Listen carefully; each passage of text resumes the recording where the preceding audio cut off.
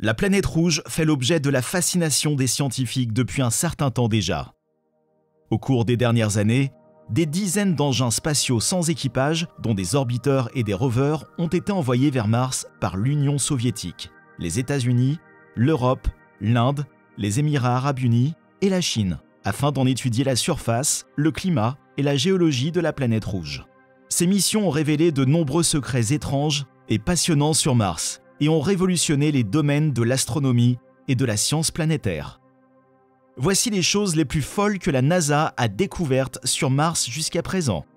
Mais avant ça, assurez-vous de vous abonner et d'aimer cette vidéo si vous aimez notre contenu. Maintenant, revenons à notre sujet.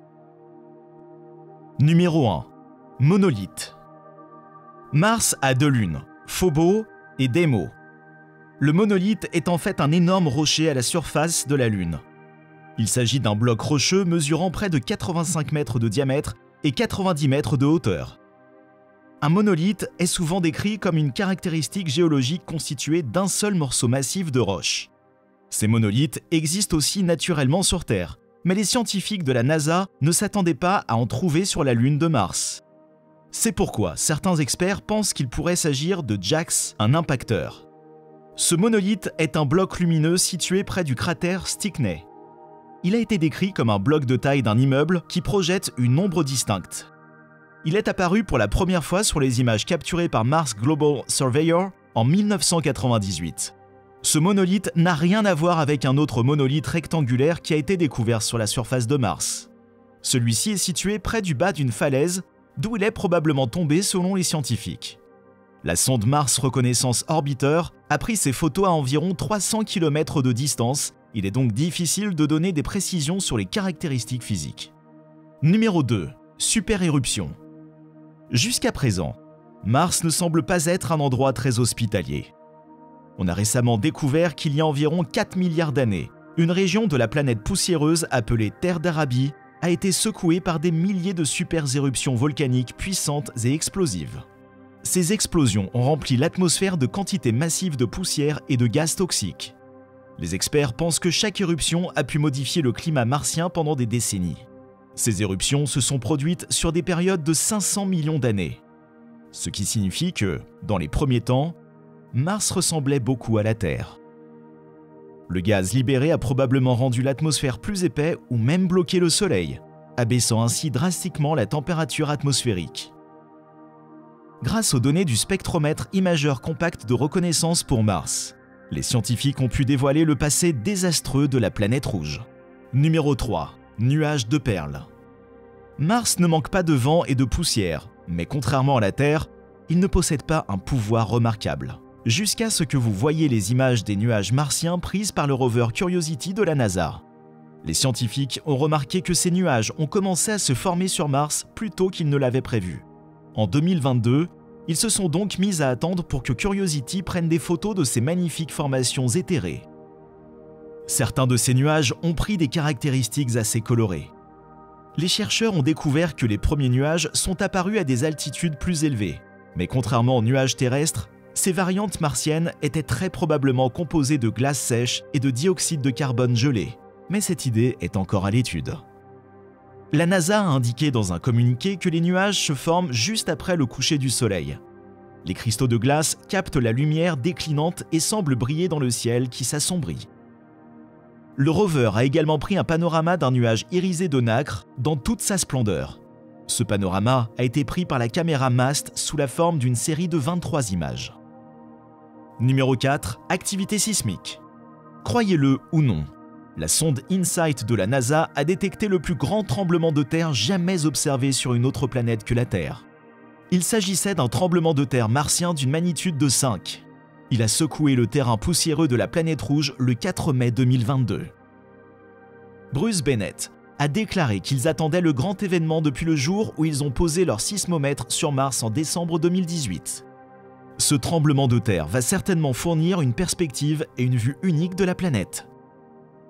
Les scientifiques sont impatients d'analyser ces données pour apprendre de nouvelles choses sur Mars. Depuis l'atterrissage en 2018, InSight a détecté plus de 1313 tremblements de terre sur Mars. Jusqu'à présent, le plus important avait une magnitude de 4,2 et s'est produit le 25 août 2021. Les tremblements de terre sur Mars ressemblent aux tremblements de terre sur Terre, que la plupart d'entre nous ont connus. Mais la raison pour laquelle ils se produisent varie selon la planète. Un séisme de magnitude 6 serait considéré comme un séisme de taille moyenne sur Terre, mais sur Mars, il atteint un nouveau record d'activité sismique. La croûte martienne est comme une seule plaque géante, contrairement à celle de la Terre, qui est constituée de multiples plaques tectoniques. Cette croûte martienne a des failles et des fractures parce que la planète rétrécit en se refroidissant. Cela exerce des contraintes sur la croûte en l'étirant et en la fissurant. L'étude de cette activité sismique aidera les scientifiques à mieux comprendre le mystère intérieur martien, et ils sont impatients d'en savoir davantage sur la géante rouge. Numéro 5. Olympus Mons. Le mont Olympus est un énorme volcan bouclier situé à la surface de Mars. Il mesure environ 21,9 km de haut, selon la mesure fournie par l'altimètre laser de Mars Orbiter. Ce volcan stupéfiant fait environ 2,5 fois la hauteur du mont Everest au-dessus du niveau de la mer. En fait, il est considéré comme le plus grand et le plus haut volcan connu du système solaire. Bien que certaines estimations suggèrent que le tristement célèbre Thémo massif pourrait avoir une plus grande surface. Olympus Mons est aussi connue comme la plus haute montagne du système solaire, mais elle est rivalisée par la montagne centrale du cratère arrière Sylvia. Il s'agit probablement du plus jeune de tous les grands volcans de Mars. Il s'est formé pendant la période Hesperia, et les éruptions se sont poursuivies jusqu'à l'époque amazonienne. Il a été découvert à la fin du 19e siècle. La nature montagneuse de cet élément était présumée bien avant que la sonde spatiale n'atteigne Mars et ne confirme qu'il s'agissait bien d'une montagne.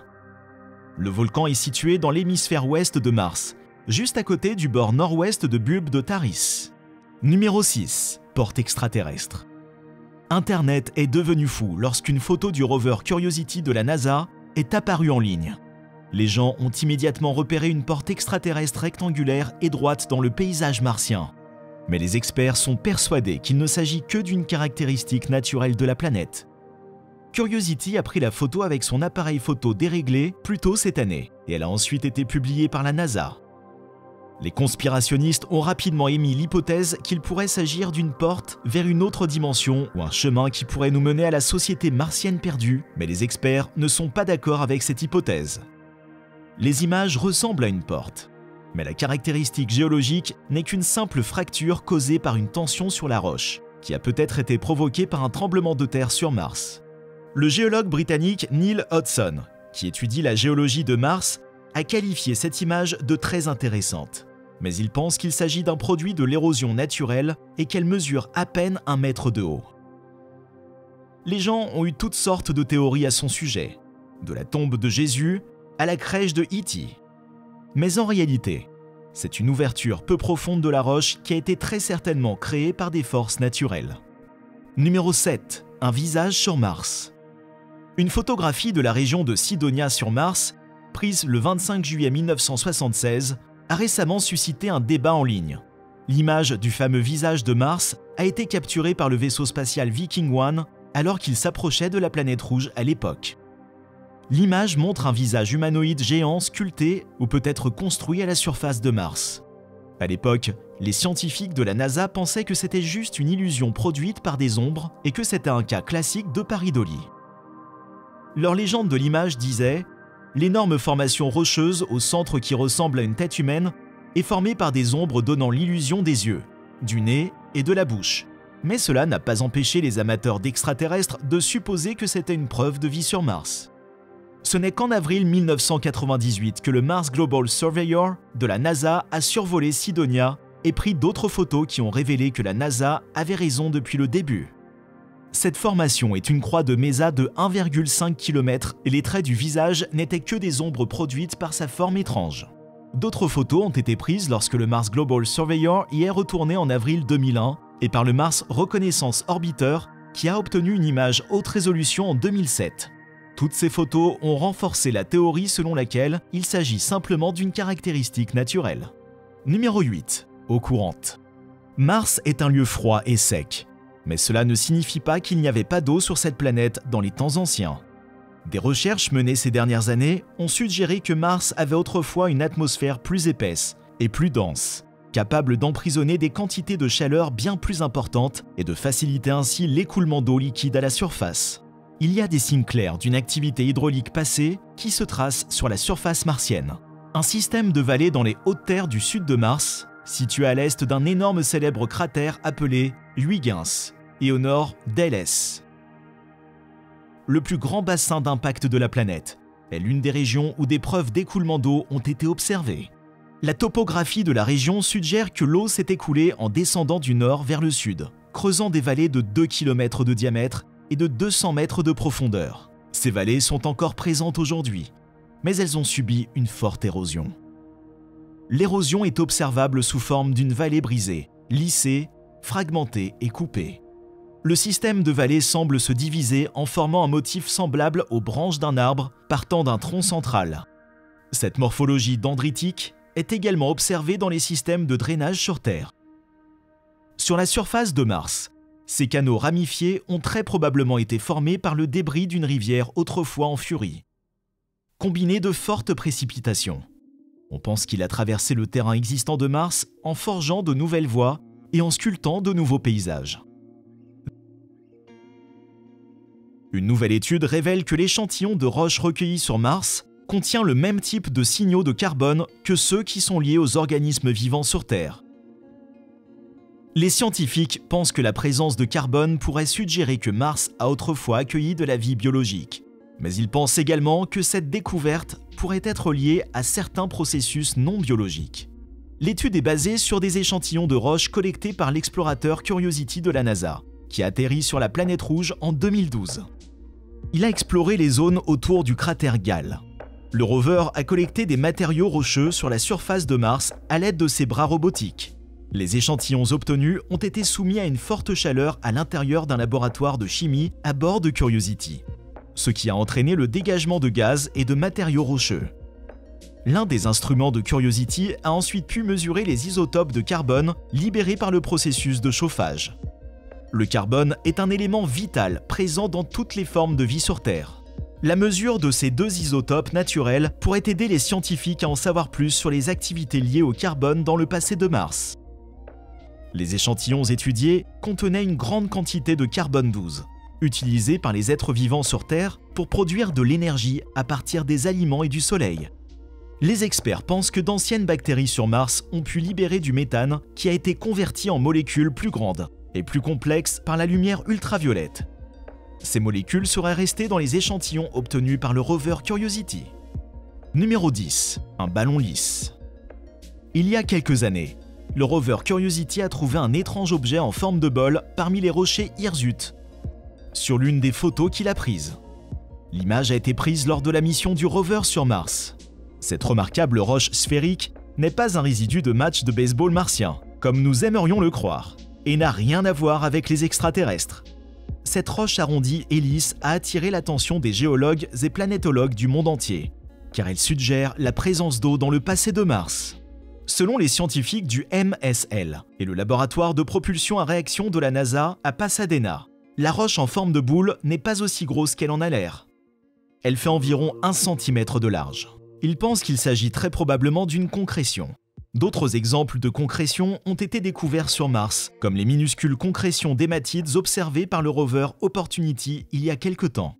Les passionnés d'extraterrestres et les conspirationnistes hésitent à accepter qu'il s'agisse simplement d'une concrétion. Ils pensent qu'il pourrait s'agir d'une preuve d'extraterrestre.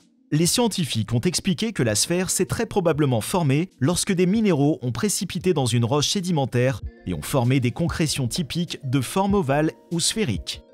J'espère que vous avez passé un bon moment en regardant cette vidéo.